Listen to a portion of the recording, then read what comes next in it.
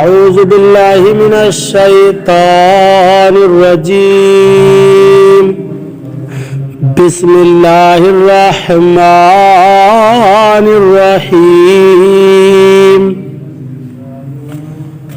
ثم أنزل عليكم من بعد الغم أمنة نعاسا يغشى طائفة منكم وطائفة قد أهمتهم أنفسهم يظنون بالله غير الحق ظن الجاهلية يقولون هل لنا من الأمر من شيء قل إن الأمر كله لله يخفون في أنفسهم ما لا يبدون لك يقولون لو كان لنا من الأمر شيء ما قتلنا هاهنا قل لو كنتم في بيوتكم لبرز الذين كتب عليهم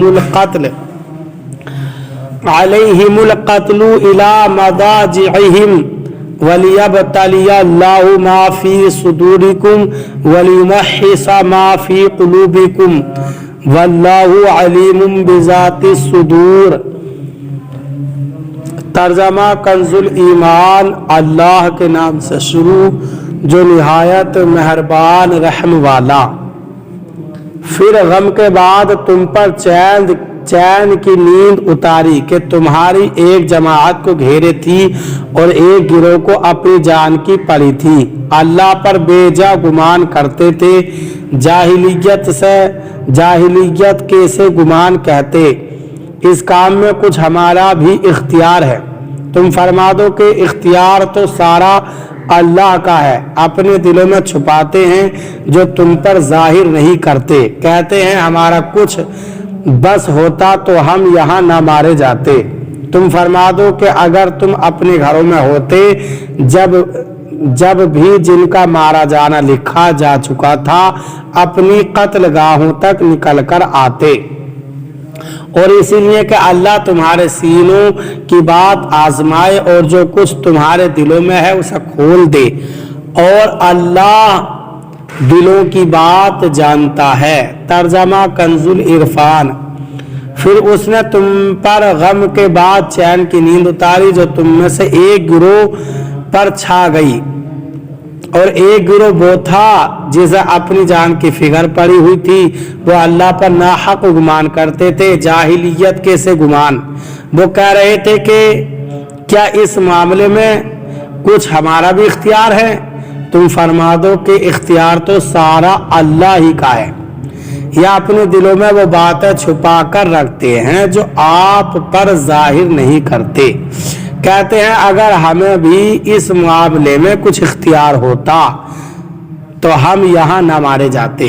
اے حبیب تم فرما دو کہ اگر تم اپنے گھروں میں بھی ہوتے جب بھی جن کا مارا جانا لکھا جا چکا تھا وہ اپنی قتل گاہوں کی طرف نکل کر آ جاتے، اور اس لیے ہوا کہ اللہ تمہارے دلوں کی بات آزمائے اور جو کچھ تمہارے دلوں میں پوشیدہ ہے اسے کھول کر رکھ دے، اور اللہ دلوں کی بات جانتا ہے۔ ثم انزل علیکم من بعد الغم امنة نعاسا، پھر اس نے تم پر غم کے بعد چین کی نیند اتاری۔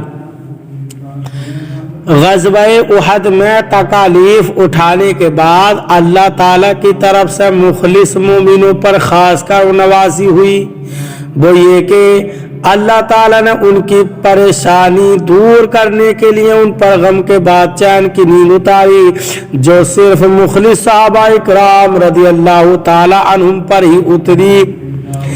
اس کی برکت سے مسلمانوں کے دلوں میں جو رعب اور ہیبت طاری تھا وہ ختم ہو گیا، اور مسلمان سکون و اطمینان کی کیفیت میں آ گئے۔ حضرت ابو طلحہ رضی اللہ تعالی عنہ فرماتے ہیں کہ روز احد نیند ہم پر چھا گئی، ہم میدان میں تھے، تلوار میرے ہاتھ سے چھوٹ جاتی تھی، پھر اٹھاتا تھا، پھر چھوٹ جاتی تھی۔ दूसरी तरफ मुनाफिकों का गिरोह था जिन्हें सिर्फ अपनी जान की फिक्र पड़ी हुई थी। वो अल्लाह ताला पर माज़अल्लाह बदगुमानियां कर रहे थे कि अल्लाह ताला हुजूर सैयदुल मुरसलीन सल्लल्लाहु अलैहि वसल्लम की मदद न फरमाएगा, या ये कि हुजूर पुरनूर सल्लल्लाहु अलैहि वसल्लम शहीद हो गए, लिहाजा आप सल्लल्लाहु अलैहि वसल्लम का दीन बाकी ना रहेगा।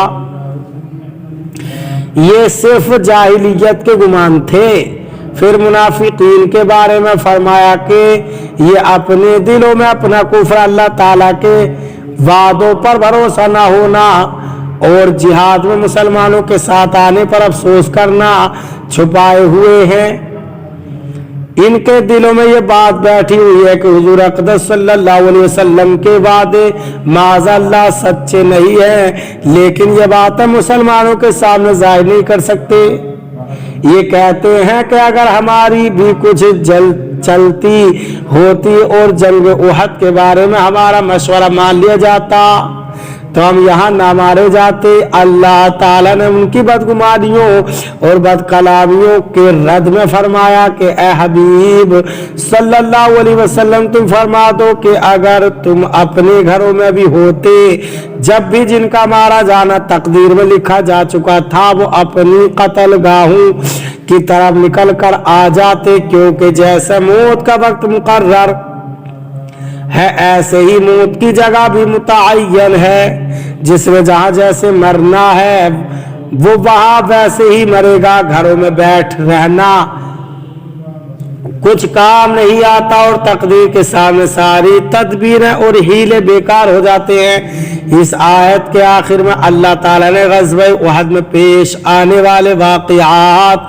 की हिकमत बयान फरमाई कि ग़ज़वा उहद में जो कुछ हुआ इसलिए हुआ कि अल्लाह ताला तुम्हारे दिलों के इखलास और मुनाफ़क़त आज़माए, और जो कुछ तुम्हारे दिलों में पोशीदा है उसे सबके सामने खोल कर रख दे। इस आयत में मज़कूर वाक़ई में बहुत से दर्स हैं। एक आजमाइश के वक्त ही खरे खोटे की पहचान होती है। दो मुसलमान साबिर जबकि मुनाफिक बेसब्रा होता है। तीन मुसलमान को सबसे ज्यादा फिक्र दीन की होती है जबकि मुनाफिक को सिर्फ अपनी जान की फिक्र होती है। चार मोमिन हर हाल में अल्लाह ताला पर भरोसा रखता है और अल्लाह ताला से हुस्न ज़न रखता है, जबकि मुनाफिक मामूली सी तकलीफ पर अल्लाह ताला के बारे में बदगुमानियों का शिकार हो जाता है। पाँच अल्लाह ताला के वादे पर कामिल यकीन रखना कामिल ईमान की निशानी है। छह मौत से कोई शख्स फरार नहीं हो सकता, जिसकी मौत जहां लिखी है वहां आकर ही रहेगी, लिहाजा जिहाद से फरार मुसलमानों की शान लायक नहीं।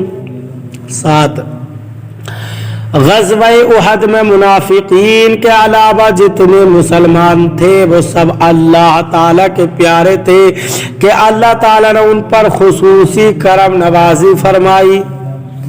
अल्लाह ताला हमें कुरान पाक पर सही माना में अमल करने की तौफीक अता फरमाए।